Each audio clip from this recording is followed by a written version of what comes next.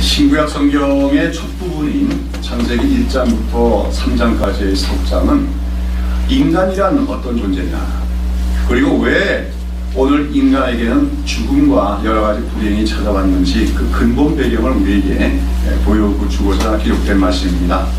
먼저 창세기 1장은 이 세상의 모든 만물이 다 하나님이 창조하신 피조물들인데, 그 중에서도 특별히 인간은 하나님 모든 창조물들의 멸관으로서 하나님께서는 이 인간을 하나님의 형상을 따라서 지으신 영광스러운 존재다 하는 것을 말해주고 있습니다.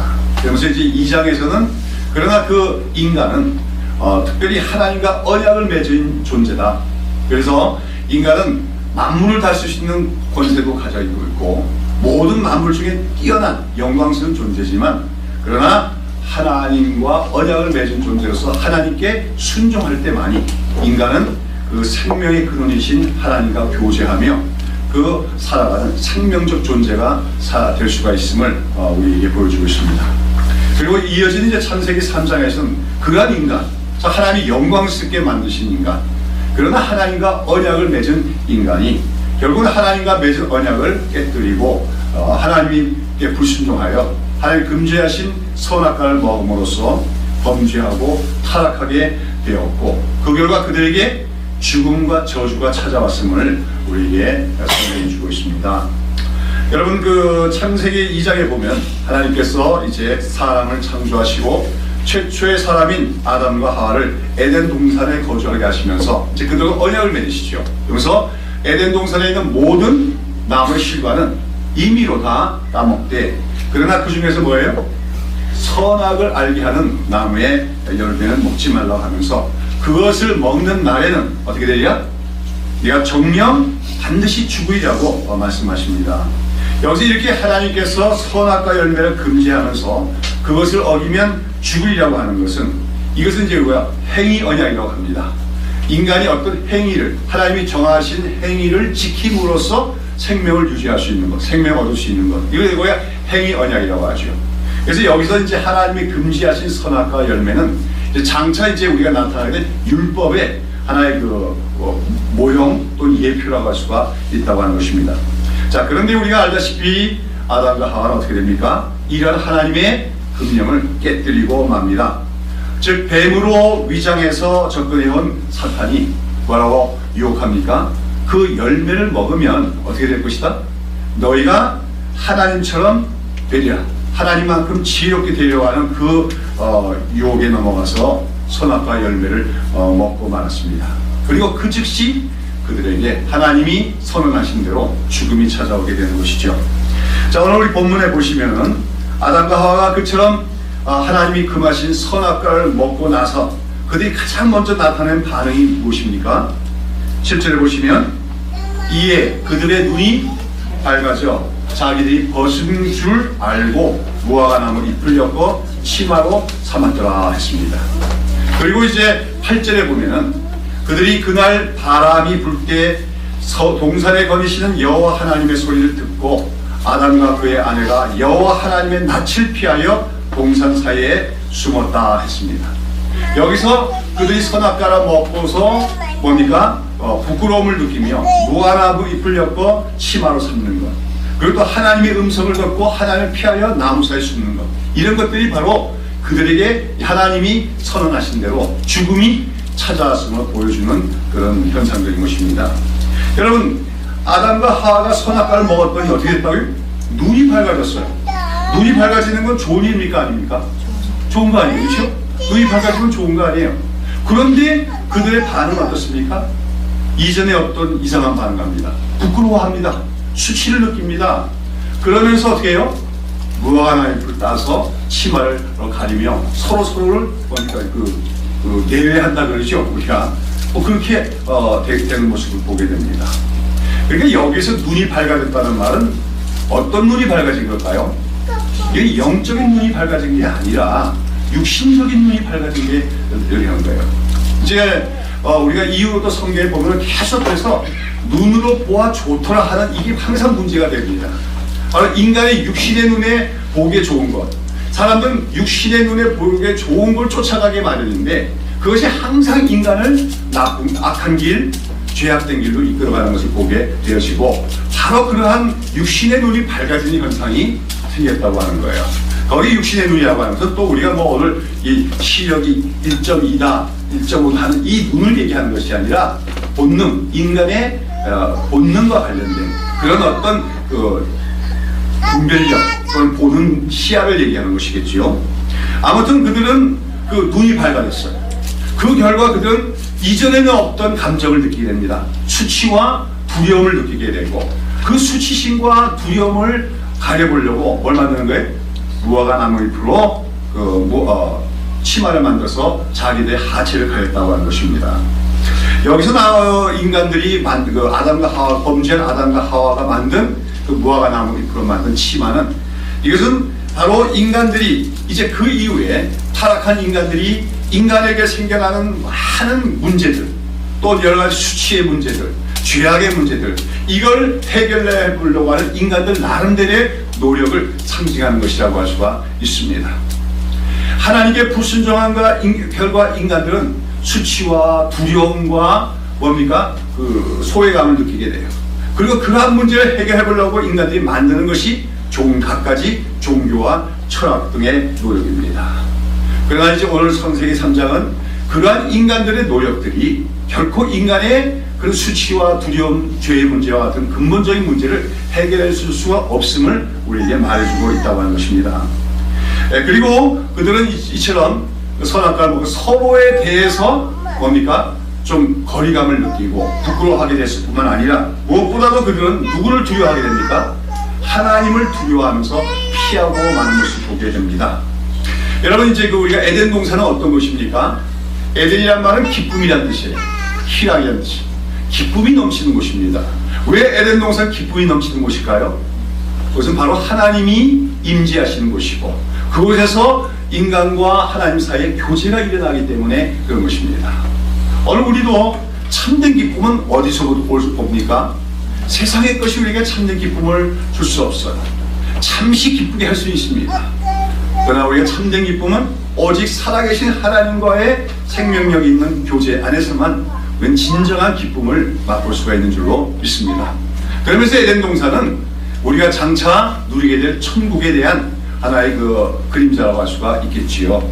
그리고 그 에덴 동산이 하나님이 임재하시는데, 오늘 이 창세기 3장에서 아담과 하와가 그 선악과를 따먹기 전에는 어땠을까요? 이제 하나님께서 임재하시는 그런 하나님의 음성이 들릴 때마다 아담과 하와는 어떻게 반응했겠습니까? 하나님이 오신다 하면은 어떻게 해요? 막 아담이 기뻐서 마치 우리 시은이나 시은이가 아빠 보고 아빠 하고 달려가듯이 그렇게 하나님을 반겨 맞이하면서 하나님 앞으로 나아갔을 것입니다. 그런데 지금 그들이 하나님의 언약을 어기고 선악과를 먹고 나서 말자 그들은 어떡합니까? 하나님의 음성이 들려오자 오히려 어떡합니까? 나무 사이에 두려워 피하여 숨었다라고 얘기하는 것입니다. 이것이 바로 인간이 근원적으로 죽은 존재가 되었음을 얘기하는 거예요. 어떤 분들은 이제 성경 해석을 하면서 아담과 하와가 선악과를 먹었어도 그들은 즉각 죽지 않았다. 그것도 한 900여 년 더 지나가지고 죽은 것이다 얘기를 합니다. 그러나 이것은 성경이 말하는 본질적인 죽음의 개념을 이해하지 못하기 때문에 그래요. 성경은 우리에게 육체적인 인간의 육체적인 죽음이 있지만 그 육체적인 죽음보다 더 중요한 근원적이고 본질적인 죽음이 있음을 얘기합니다. 그것이 무엇입니까? 바로 영적인 죽음으로서, 그 영적인 죽음은 바로 사람이 하나님과의 관계가 단절되는 것, 그것을 성경은 영적인 죽음이라고 얘기하는 것이죠. 우리가 창세기 1장 2장에서 보듯이 인간은 하나님에 의해서 창조된 피조물로서 특별히 하나님의 형상으로 지어진 존재입니다. 하나님께서 인간을 하나님의 형상으로 지었다는 것은 하나님은 늘 인간을 하나님과 더불어 교제하는 존재로 만들어졌음을 얘기하는 거예요. 그리고 인간은 오직 하나님과 교제 안에서 아까 에덴 동산의 기쁨이라는 것이 기쁨도 누릴 수 있고 참된 복을 누릴 수가 있는 것입니다. 자, 그런데 인간이 범죄하자마자 어떻게 합니까? 하나님을 무서워하게 됩니다. 하나님을 피하게 됩니다. 그래서 하나님과의 그 교제가 어떻게 합니까? 끊어졌음을 얘기하게 되는 것이죠. 사랑하는 여러분, 성경에서는 우리가 오늘 그리스도인이 받는 구원을 뭐라고 얘기합니까? 교제의 회복이라고 얘기하고 있는 거예요. 그렇죠? 성경에서는 이제 요한복음 같은 데서는 우리가 구원받는 걸 생명을 얻었다고 얘기하죠. 그런데 다른 말로 우리가 구원을 받은 것은 하나님과의 교제가 회복된 것을 의미하는 거죠. 즉 하나님의 교제가 바로 생명입니다. 그런데 지금 아담과 하와가 선악과를 먹고 나서 하나님을 두려워 나무사이에 숨었다는 것은 하나님과의 교제가 끊어진 것을 얘기하고, 그것은 바로 그들이 지금 죽은 존재가 되어진 것을 얘기하는 것입니다. 사랑하는 여러분, 오늘도 우리가 이 세상을 살아가면서 어떤 사람들은 굉장히 건강할 수 있어요. 아주 잘 살고. 그러나 하나님과의 교제가 없는 사람은 영적으로 죽어 있는 것입니다.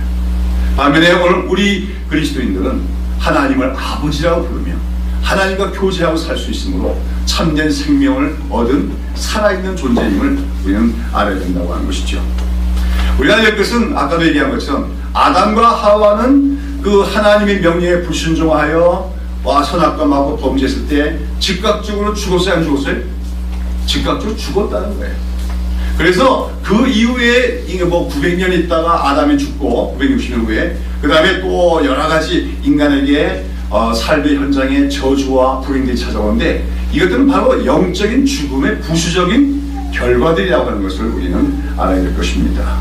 아무튼 창세기 3장은 인간의 범죄와 타락 그리고 그 결과로 찾아온 영적인 죽음에 대해서 기록하고 있으며, 그렇기 때문에 이 창세기 3장은 흔히 무슨 장이라고 부를까요? 타락장이라고 부르게 되죠. 인간이 타락한 내력을 기록하기 때문에 타락장이라고 부른다는 거예요. 그러나 우리가 이 창세기 3장은 타락장이라고 불리지만 동시에 하나님의 은혜가 가장 넘치는 장이라고 또 말할 수가 있어요. 저는 이 신구약 성경 전체에서 우리 하나님의 은혜를 가장 잘 보여주는 장을 하나 꼽으라면 바로 이 창세기 3장을 꼽을 수 있다고 생각합니다. 왜냐하면 바로 이 창세기 3장에는 하나님께 죄를 범한 인간들에게 즉각적으로 찾아오셔서 그 범죄에 대한 결과로서의 징벌을 선언하시면서도 그 인간들, 그 죄를 범한 인간들에게 구원의 길을 열어주시는 하나님의 은혜에 대해서 너무나도 명백하게 보여주고 있기 때문인 것입니다. 자, 오늘 본문 8절에 보시면 하나님께서는 선악과를 먹고 영적으로 죽어버린, 그래서 하나님을 두려워하며 숨어있는 아담과 하와에게 찾아오셨습니다. 그리고 아담아 네가 어디 있느냐 이렇게 부르시죠. 아담아 네가 어디 있느냐, 이제 하나님이 지금 아담과 숨바꼭질 한 것도 아니고 아담이 어디 숨었는지 몰라서 하는 것이 아니죠. 아담아 네가 어디 있느냐 하는 것은 네가 왜 그렇게 있어야 될 자리에서 벗어나 있느냐 하는 말씀이죠. 네가 왜 나와의 생명적 관계를 이탈했느냐, 네가 왜 나의 순종하면 계속 생명적인 삶을 누릴 수 있는데 네가 나의 말을 듣지 않고 그 명령에 불순종함으로써 네가 임의로 그 선악과를 따먹고 네가 범죄함으로써 왜 그 나를 두려워한 자리에 있느냐, 그렇게 물으시고 있는 것이죠. 그리고 동시에 그것은 아담아 네가 어디 있냐는 것은 아담아 지금이라도 너에게 필요한 것은 네가 나의 앞에 나와서 너의 모든 죄를 고백하고 그 죄의 해결에서 나와 변론하는 것이다 하는 것을 말씀하신 것이라고 할 수가 있습니다. 그리고 그런 하나님의 부르심에 응답해서 이제 아담과 하와는 아마 무서워서 벌벌 떨면서 하나님 앞에 나와 섰겠지요. 그리고 이제 하나님께서 이제 아담과 하와, 그리고 아담과 하와를 범죄케 한 누굽니까? 뱀, 그 사탄을 거기다 세워놓고 이제 말한 신문하는 장면이 열리게 됩니다. 자, 여기서 우리가 9절에서부터 12절까지 하나님과 아담 하와 간에 이루어지는 대화를 우리가 다시 한번 읽으시는데, 제가 9절 읽으면 여러분 10절 읽으시고 내가 11절이면 여러분 12절 읽고 이렇게 한번 읽어보도록 하겠습니다. 여호와 하나님은 아담을 부르시며 그에게 이르시되 네가 어디 있느냐?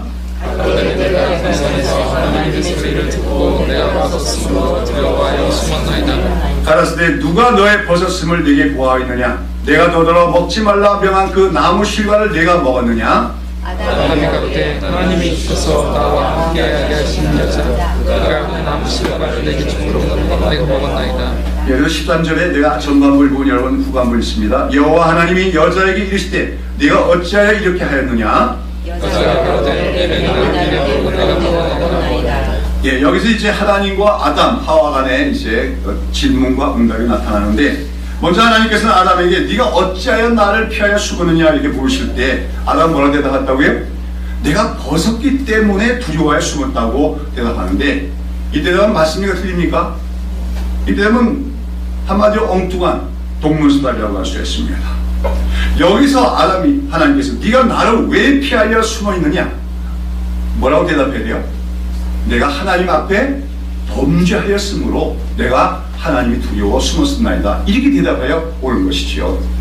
문제는 아담이 범죄했다는 겁니다. 아담의 죄를 지었기 때문에 그 죄 때문에 하나님 관계가 지금 멀어지고 있는 것이지요. 그러나 그는 뭐라고 얘기합니까? 내가 벗었기 때문이라고 얘기하고 있다고 하는 것입니다. 이런 아담의 대답은 그 이후로도 모든 인간들이 인간에게 있는 여러 가지 불행, 여러 가지 문제점들을 핵심을 오늘 바로 찾지 못하고 있음을 얘기하는 것입니다. 성경은 계속해서 얘기하는 것이 인간의 모든 문제, 모든 불행의 근원적인 문제는 뭐라고 얘기하는 것입니까? 죄라는 것입니다.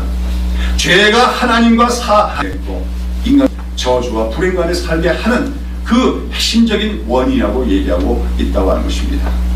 그러나 아담은 뭐랍니까? 내가 벗었으므로 내가 숨었나이다. 이런 대답이나 마찬가지죠. 오늘 우리가 불행한 것은 경제적인 소득이 낮기 때문에, 오늘 우리가 불행한 것은 지식이 부족하기 때문에, 오늘 우리가 불행한 것은 사회 구조가 모순적인 얘기를 많이 합니다만 그것은 다 본질적인 대답이 아닙니다. 인간들의 모든 문제의 핵심은 죄의 문제입니다.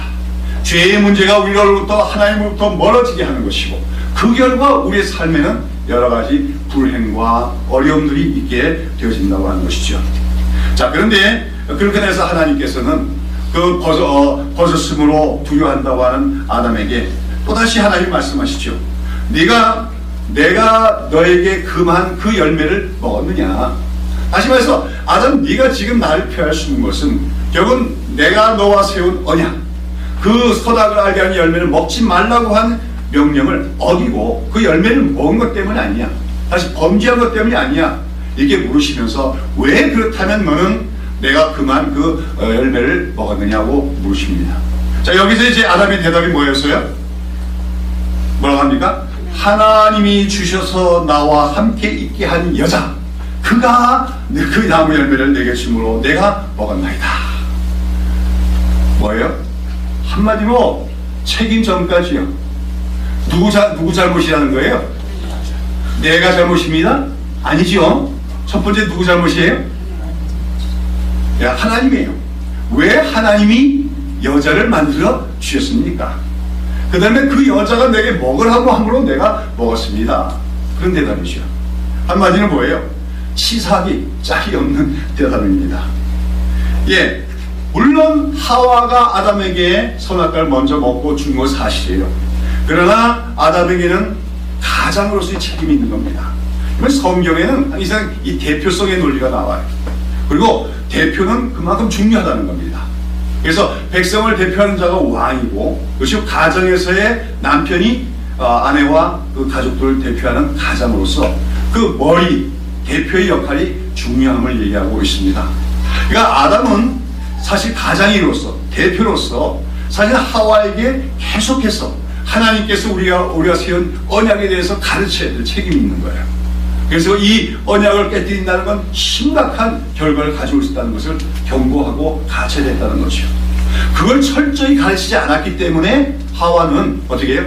하나님의 그러한 그 언약 속에서 그것을 범죄할 때 어떤 결과가 올 거에 대한 것에 대해서 심각하게 생각하지 않았고, 그것 때문에 결국은 선악과를 먹는 범죄를 하게 되었다는 것이죠.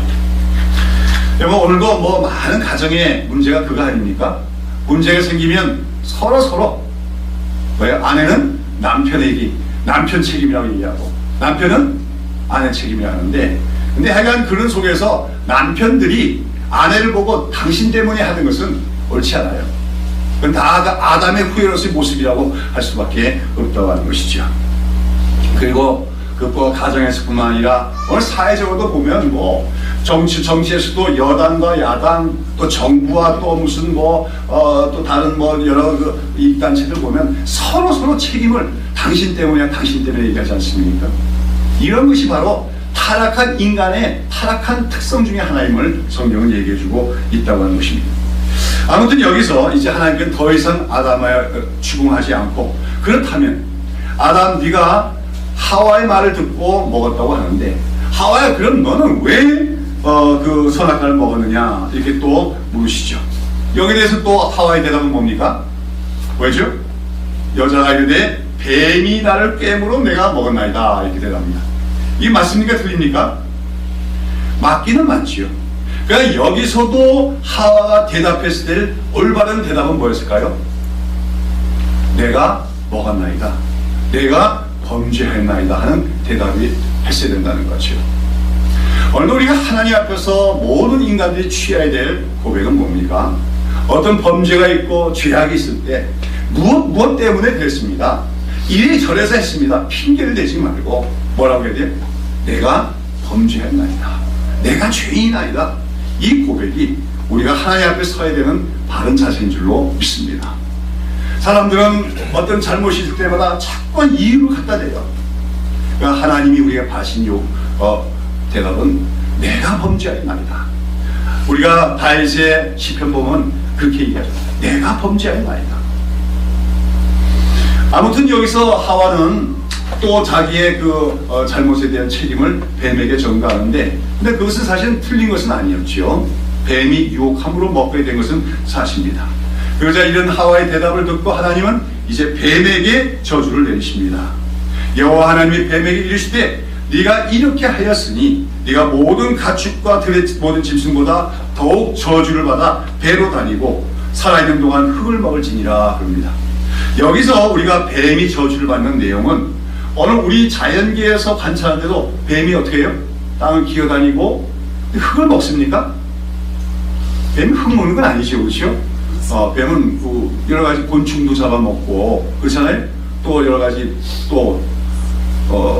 잡식이죠, 그렇죠? 어떻게 보면. 그런데 흙을 먹는다고 얘기했어요. 그래서 이것은 오늘날 우리가 자연계에서 보는 뱀에 대한 저주라기보다는 이것은 바로 뱀으로 불리는 사탄에 대한 징벌과 심판의 선을 보는 것이 옳습니다. 성경에서는 뱀은 자주 사탄의 상징으로 사용이 됩니다. 특별히 요한계시록 보면 뱀을 가리켜 뭐라고 하죠? 옛뱀 또는 용이라고 합니다. 이 용이라고 하는 것은 이제 거대하게 크기가 크고 흉측하게 생겼다는 면을 갖다 강조할 때 용이에요. 우리 동양에서는 용을 아주 상스러운 짐승으로 보지만 서양 개념에서 용은 사탄의 상징입니다. 근데 특별히 창세기 요한계시 11장에 보면 사탄이 옛뱀이라고 얘기하고 있습니다. 왜 옛뱀입니까? 옛날에 그 뱀이라는 거죠. 옛날에 그 뱀이라는 건 어떤 뱀을 얘기하는 거예요? 바로 에덴 동산에 나타났던 그 뱀이라는 겁니다. 에덴 동산에 나타났던 그 뱀. 그 뱀은 사실은 뱀이 아니라 누구였어요? 사탄이었죠. 사탄이 뱀을 위장해서 나타난 것입니다. 우리가 이제 창세기에 나타난 창조세계를 성경은 자세하게 얘기하고 있지 않지만 우리가 에덴 동산에서 아담과 하와가 다른 모든 동물들과 어울려 사는 모습을 상상할 수가 있어요. 그런 가운데 아마 에덴 동산에서는 아담과 하와와 다른 동물들과의 대화가 가능했던 걸로 여겨집니다. 지금도 어느 정도는 가능하다 그래요. 그런데 좀 특별한 은사라고 할까? 그런 능력이 있는 사람들이 있어서 어떤 사람들은 돌고래와 대화를 하기도 하고 코끼리와 대화가 가능한 사람들이 있다고 얘기합니다. 자, 그런데 아마도 인간의 타락 이전에는 동물계와 모든 동물들과 인간들도 뭐 가능해요? 의사소통이 가능했다고 할 수가 있는 거죠. 그런 가운데 뱀이 가장 어떻게 했어요? 똑똑했다는 겁니다. 오늘 우리 성경에 보면 뭐라 했어요? 창세기 4장에 보면 하나님이 지으신 들짐승 중에 뱀이 가장 어떻게 하다고요? 간교하더라 이렇게 했어요. 간교하다는 건 뭐죠? 아주 간사하게 교묘한 꾀로 사람을 유혹하는 걸 간교하다고 하잖아요. 근데 한글말 성경의 간교하다는 번역은 별로 좋은 번역이 아닙니다. 영어 성경은 뱀이 큐트하다고 되어 있어요. 큐트라는 말은 무슨 말입니까? 영리하다는 말이에요. 그 번역이 옳습니다. 그러니까 들짐승 중에 뱀이 가장 영리했더라. 이 표현이, 이 번역이 더 옳습니다. 무슨 말이냐면 뱀에 대해서 성경은 처음부터 부정적으로 얘기하지 않고 있어요. 오히려 뱀에 대해서 긍정적으로 얘기하는 겁니다. 뱀이 모든 동물들 가운데서도 사람 말을 제일 잘 알아듣고 영특하게 대답할 수 있었다고 하는 것이죠. 알겠습니까? 자, 그런데 뱀이 그러니까 그 뱀이 가장 영특했기 때문에 이제 가장 아담이나 하와는 동물들과도 대화를 늘 하는데 어떤 짐승하고 제일 많은 대화를 하게 될까요? 예? 그러니까 이제 호랑이나 코끼리 같은 놈은 좀 둔해요. 물으면 엉뚱한 대답하고 재미가 없겠지요. 근데 이 뱀은 어떻게 해요? 아담이나 하와가 이렇게 물으면은 제가 똑똑한 대답을 하거든요. 그러니까 아마 여기서 하와는 특별히 뱀과 자주 대화를 했던 것 같습니다. 이것을 누가 이용해 먹는 겁니까? 타락한 천사인 사탄이 이용하는 것이죠. 하와에게 어떻게 접근할까? 내가 뱀의 모습으로 나타나면 뭐예요? 하와가 경계심을 갖지 않을 것이다. 그런데 나타난 거죠. 그리고서는 정말로 하나님께서 동산 모든 나무의 실과를 먹지 말라 하더냐? 이런 식으로 질문을 던지는 겁니다. 그러니까 하와는 거기서 깊은 경계심도 없이 거기서 잘못된 대답을 하고 그 핵심에서 벗어난 질문의 결국은 선악과를 따먹어도 되는 걸로, 선악과를 따먹으면 오히려 더 지혜로워진 줄로 유혹을 받고 범죄하게 되어졌다고 하는 것이죠. 그러니까 우리가 여기서 알아야 될 것은 원래부터 사탄이 뱀의 모습을 한 것은 아니었다는 것을 알아야 된다는 것이죠. 원래 사탄은 원래 어떤 존재입니까? 원래 천사라고 성경은 얘기합니다. 천사들 중에서도 가장 하나님의 측근에서 큰 은사를 갖고 있었던 그런 영광스러운 천사장이었다고 얘기합니다. 근데 이 사탄이 어떻게 했어요? 하나님께 반역을 일으키게 된 것이죠. 그 사탄이 바로 사탄의 죄는 교만의 죄입니다. 성경에서는 가장 근원적인 죄가 뭐라고 합니까? 교만의 죄라고 얘기하고 있어요. 인간의 죄 이전에 있었던 죄가 뭐냐? 사탄의 죄하고서 그것은 바로 교만, 즉 스스로가 하나님처럼 되어보려고 하는 시도, 그것이 이 인간 우주의 최초의 죄악이었다고 얘기하는 것이죠. 그런 가운데 이 사탄은 자기가 하나님께 도전하고 반역하면서 계시록의 표현을 보면 하늘에 있는 천사들의 3분의 1을 함께 타락시켰다고 얘기하고 있는 것입니다. 아무튼 그 사탄이 왜 그렇게 범죄하고 타락했겠느냐, 이거는 우리가 하나의 숙제인데, 이거는 의문입니다만 어떤 사람들은 그렇게 이해를 해요. 사탄이 사람을 보고 시기했기 때문이다, 이런 해석을 하는 사람도 있습니다. 왜요? 어쩌면 그 창조 과정에서 우리가 볼 때 천사가 사람보다 먼저 만들어진 것 같습니다. 그렇죠? 그리고 사탄은 그 천사들 중에서도 가장 영광스러운 지혜에 있던 천사였어요. 자, 근데 어느 날 하나님이 누굴 만드셨습니까? 사람을 만드셨어요. 그리고 사람을 뭐로 삼았어요? 만물의 영정으로 삼으시고 하나님의 형상으로 만드시고 만물 다시는 다 권세를 주니까 여기서 사탄이 뭡니까? 시기심을 내가지고 자기 스스로 하나님께 도전을 했다. 이제 이렇게 해석을 하는 분들이 있는데 일리가 있다고도 생각할 수가 있습니다. 그러니까 교만 이전에 시기심이 또 그렇게 된 것이라고 얘기할 수가 있겠지요. 아무튼 사탄은, 그러니까 그런 해석을 따른다면 늘 사탄에겐 누가 라이벌이에요? 사람이라는 게 라이벌이에요. 그렇죠? 하나님의 형상으로 만들어진 그 사람이 라이벌이기 때문에 사람을 어떻게 하는 것이 자기의 그 기쁨입니까? 사람을 망가뜨리고 타락시키는 것이 그의 뭡니까? 즐거운 일이 되는 것이지요. 그래서 지금 사탄이 뱀을 가장해서 하와에게 접근했고 유혹했고, 많은 그 유혹이 성공을 해서 결국은 뭡니까? 하와가 선악과를 따먹고 아담도 따먹고 범죄하게 됐다는 것입니다. 뱀에 대한 얘기 좀 해보겠는데, 여러분 그 기독교인들 중에서는 이 뱀을 굉장히 혐오하면서 그것이 마치 성경적인 사상을 따르는 걸로 생각하는 사람이 있어요. 어떤 의사분을 봤는데 그거는 이제 지방에서 근무할 때 보니까 막 그 뱀만 보면 어떻게든 쫓아가서 꼭 잡아 죽여요. 그 뱀 중에 보면 독사도 있지만 독사가 아닌 것도 많잖아요, 그렇죠? 그 뭐 이렇게 보통 꽃밭에 나타나는 화사 같은 것은 독이 없는 거거든요. 근데 무조건 뱀을 쳐 죽여요. 그러면서 뭐라고까지 하면 이 사탄아 그러면서 죽인다는 거예요. 그런 분이 교회 장로님까지 하셨어요. 대단히 잘못된 개념입니다. 여러분, 우리가 뱀을 보면 어떻게 될까요? 뱀을 보면 어떻게 됩니까? 피해야 된다. 그런데 피하지 않으면 또 어떻게 될까요? 뱀을 기회해주면 될까 안 될까요? 안 돼요? 아니에요. 우리가 동물 애호하자 그렇죠? 동물을 사랑하자. 그래서 우리가 야생에 있는 사슴도 사랑해야 되고 노루도 사랑해야 되죠. 그럼 뱀은 어떻게 될까요? 뱀도 사랑해야 돼요. 뱀도 우리가 키워야 돼요. 왜요? 뱀은 하나님의 피조물이에요. 단지 사탄이 뱀의 모습을 악용해 먹은 것 뿐이지 뱀은 사실 억울한 피해자입니다. 그렇죠? 뱀은 영특했는데 그걸 이용해 갖고 사탄이 자기 모습을 나타나고 인간을 유혹한 것 때문에 뱀은 두고두고 사람들에게 혐오의 대상이 되고 있기 때문에 뱀들처럼 억울한 동물이 없다. 그렇게 생각할 수 있어요. 왜냐하면 이사야서 65장에 보면 제가 그 새하늘과 새 땅에 대한 묘사가 나오죠. 그래서 하나님의 모든 구원이 완성되면 새하늘 새 땅이 이루어질 거 아닙니까? 그때가 되면 어떻게 되겠어요? 거기 보면 사자와 어린 양처럼 풀 뜯어먹고 어린아이들과 뛰어놀고 사자와 이리가 다 평화롭게 노는 거 하면 특별히 뱀들이 뭡니까? 흙을 먹고 어린아이들이 뱀구멍에 손을 집어넣어도 물지 않는 그런 시대가 올 거라고 얘기한 겁니다. 맞아, 모든 만물이 뭘 찾는 거예요? 자유와 평화를 되찾게 되는 것이 새하늘과 새 땅의 모습인데 거기서 보면 누구도 그 새하늘 새 땅에서 영광스러운 자유를 누리게 된다는 거예요. 뱀들도 자유를 누리게 된다고 얘기했어요.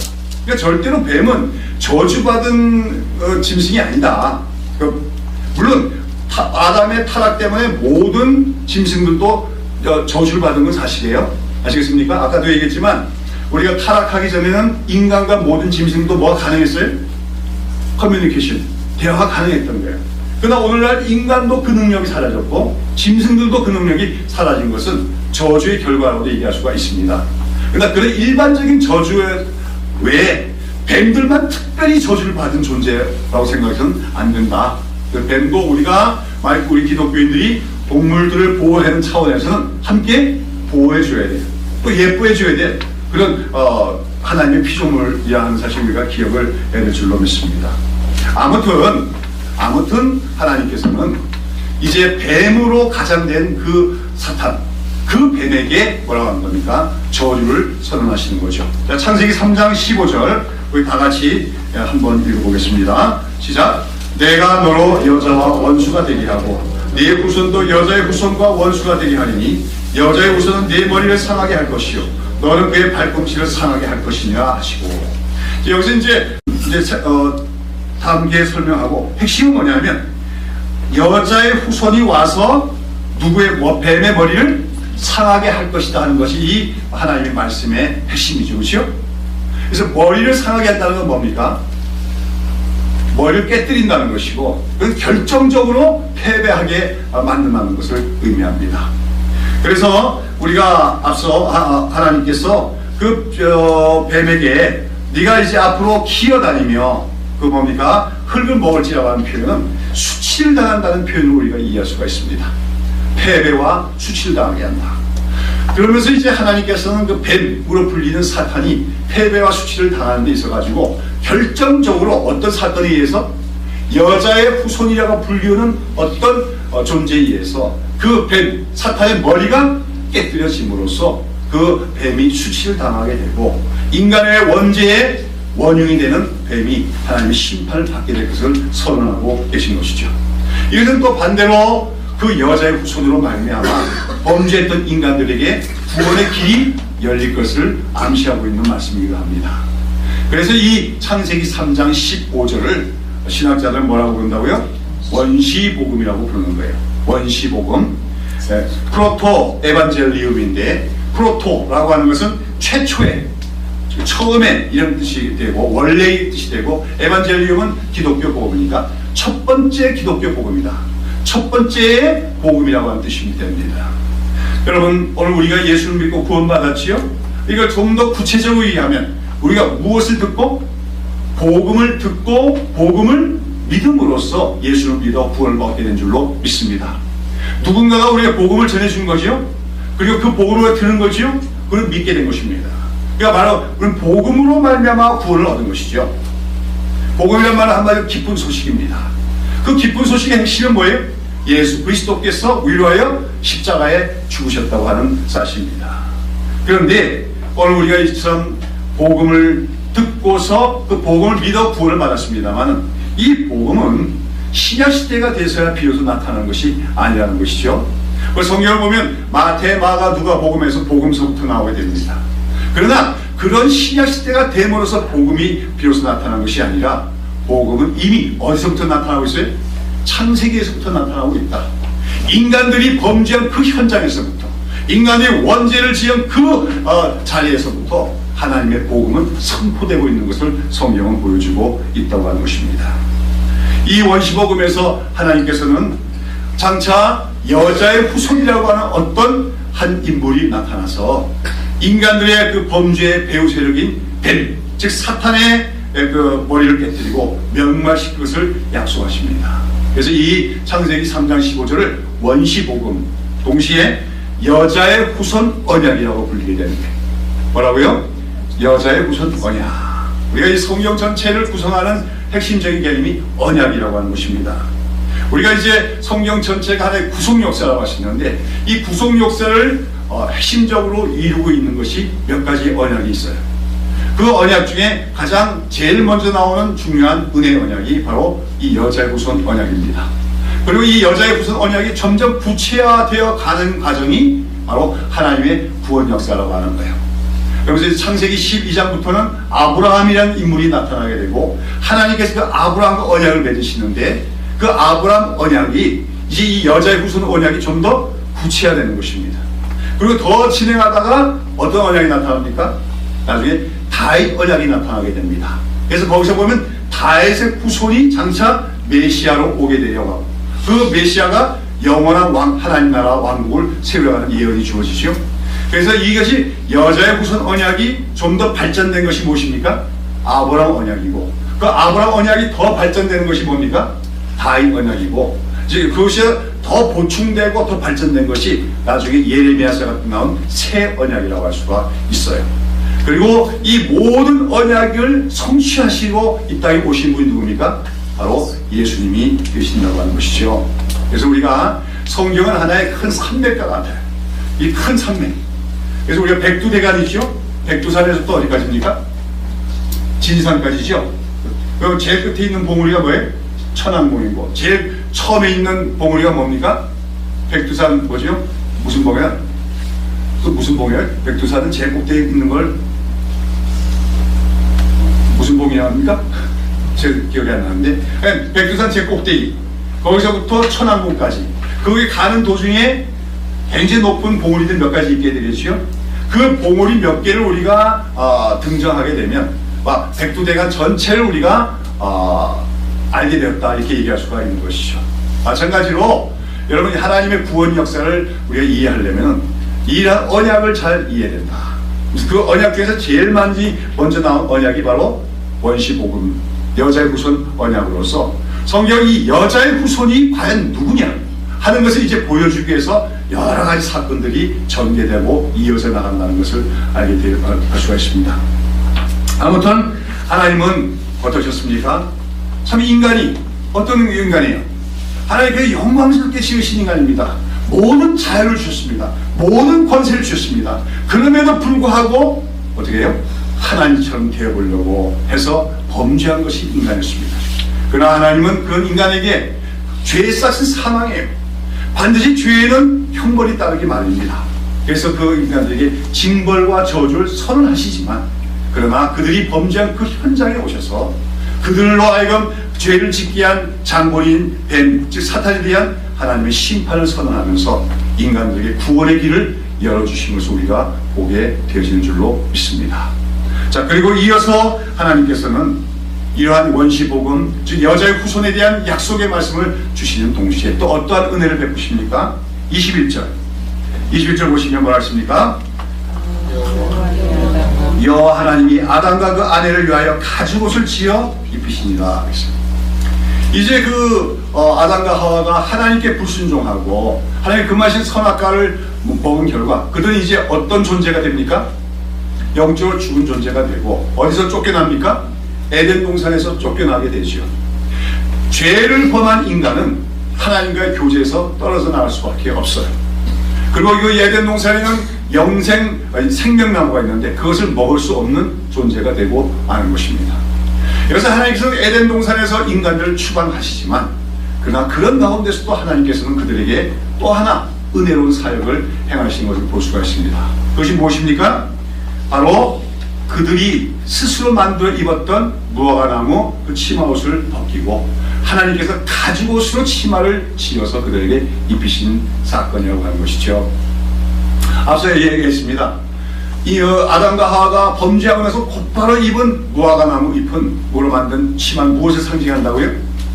인간들이 자신들의 여러 가지 문제들, 죄로 말미암은 부끄러움과 수치와 두려움의 문제들을 극복해보고자 해결해보고자 하는 인간들의 노력을 상징하는 것입니다. 인간들이 만들어내는 많은 종교들과 철학, 이런 것들이 바로 그런 무화과나무 잎으로 만든 치마와 같은 것이죠.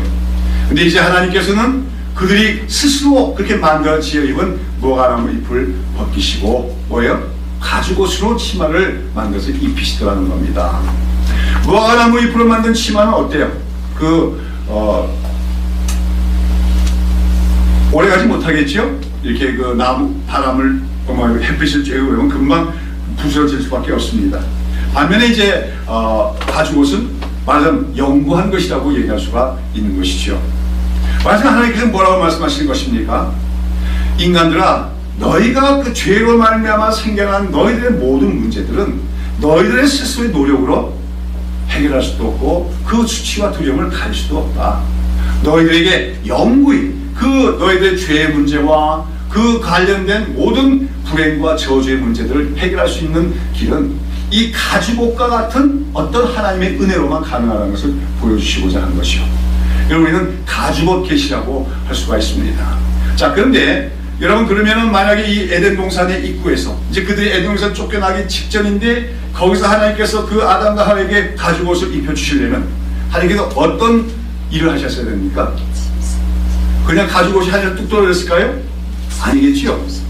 가죽옷이 존재하려면 뭐예요? 어떤 짐승이 먼저 죽어야만 됩니다.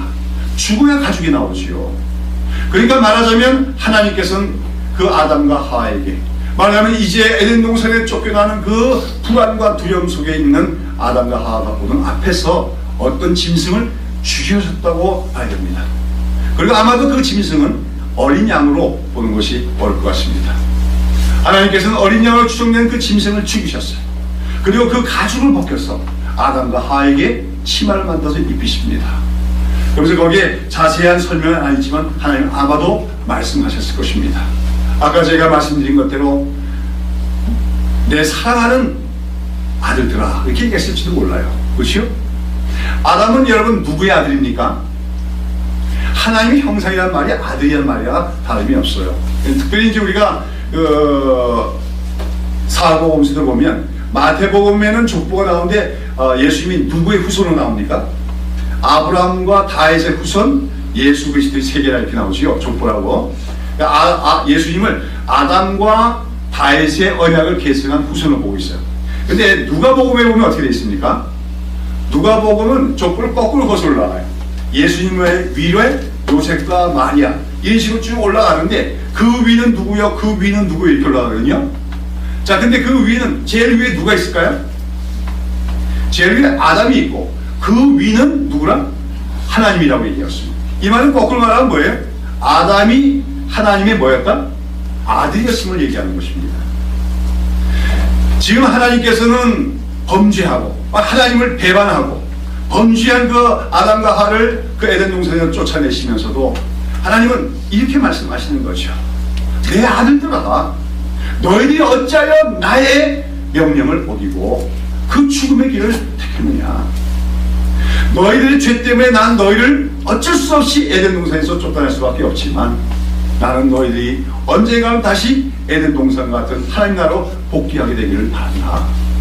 그리고 그러기 위해서는 너희들의 근원적인 죄의 문제와 여러 가지 불행과 인간적인 삶의 실존적인 문제들을 너희들의 노력 가지고 해결할 수가 없고 오직 내 은혜로만 너희가 해결할 수 있느니라.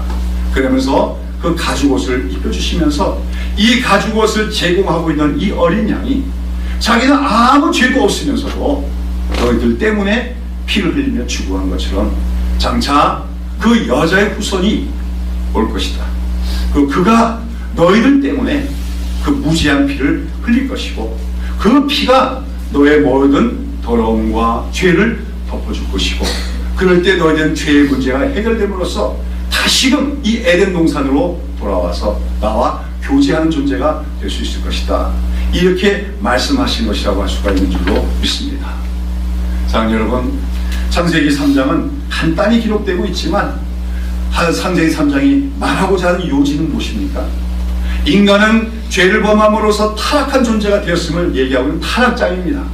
그러나 동시에 창세기 3장은 인간은 그렇게 범죄하고 타락하였고 또 그 결과 하나님을 두려워 숨는 죽음의 존재가 되었고 스스로의 노력으로 무화과 나무 잎으로 치마를 만들어 그 부끄러움을 가려보려는 그 시도를 하는 어리석은 존재지만 하나님은 그들에게 구원의 길을 주시는 하나님이시다.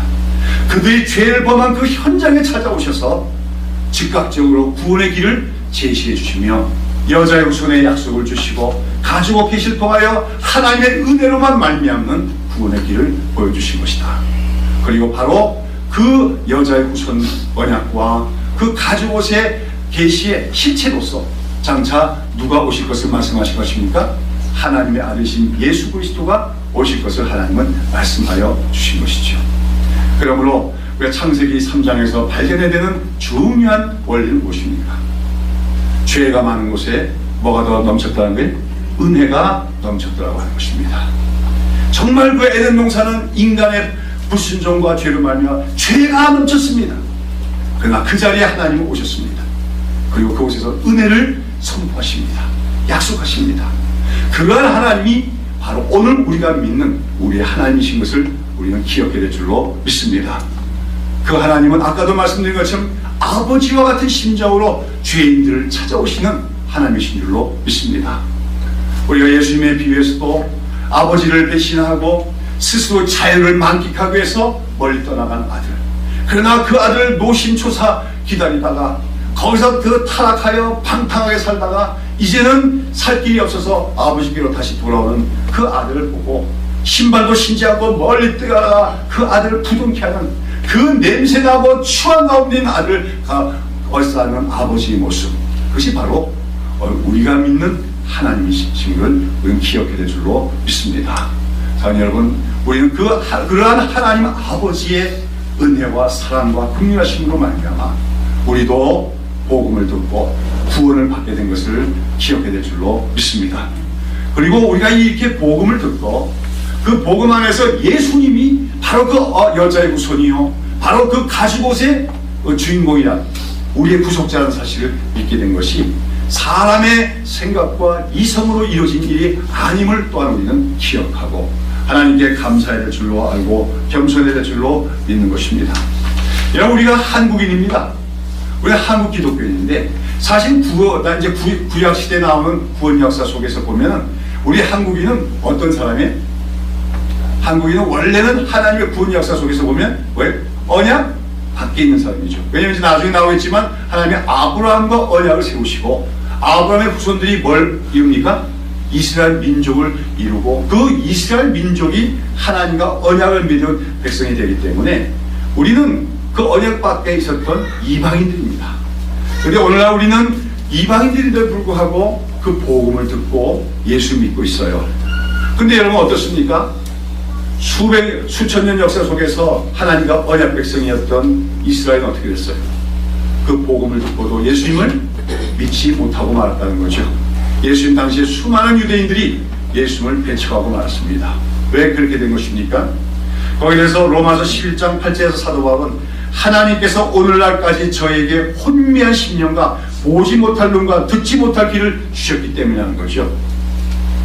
유대인들의 심령이 혼미하게 되었고 눈이 가렸고 귀가 닫혀있기 때문에 아무리 예수님을 눈앞에 보고도 깨닫지 않을 수가 없었다는 것입니다.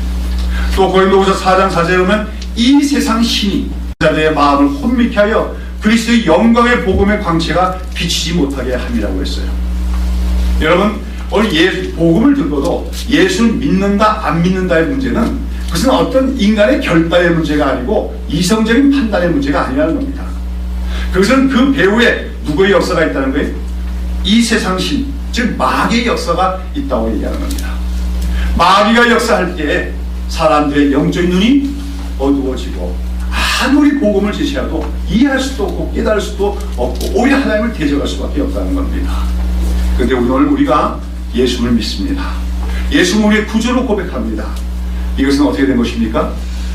우리로부터 그 이 세상 신의 역사를 물리쳐 주시고 성령께서 오셔서 우리의 마음 눈을 열어주시고 영적인 귀를 열어주심으로 우리는 복음을 듣고 믿게 되었고 예수를 믿는 하나님의 자녀가 되어진 줄로 믿습니다. 이것을 생각할 때마다 우리는 늘 감사해야 되죠. 그리고 동시에 오늘도 이 복음을 깨닫지 못하고 있는 많은 사람들이 이 복음을 듣고 깨달을 수 있도록 기도해야 될 것이며 이 복음을 들어보지도 못한 많은 민족들과 사람들에게 찾아가서 이 귀중한 복음, 이 하나님께서 인간이 범죄한 그 현장에서부터 선언하신 이 약속의 약속과 그 구원의 계시를 그들에게 전달하며 가르침으로써 하나님께서 오늘도 범죄한 인간들이 한 사람이라도 구원을 받기를 원하시는 그 하나님의 소원을 이루어드리게 힘쓰는 우리 교회가 되어야 될 줄로 믿습니다. 아무쪼록 우리 다시 한번 오늘 하나님의 말씀을 드리면서 우리가 이 하나님의 놀라운 은혜와 사랑으로 말미암아 복음을 듣게 됐고 그것이 그러한 복음이 이미 우리가 과거에 에덴 동산에 범죄했던 그 현장에서부터 시작된 하나님의 은혜라는 것을 생각할 때마다 날마다 우리가 은혜의 하나님, 사랑의 하나님을 찬양하며 감사하며 살아가는 저와 여러분 되시기를 예수님의 이름으로 축원합니다. 기도하겠습니다. 하나님 아버지,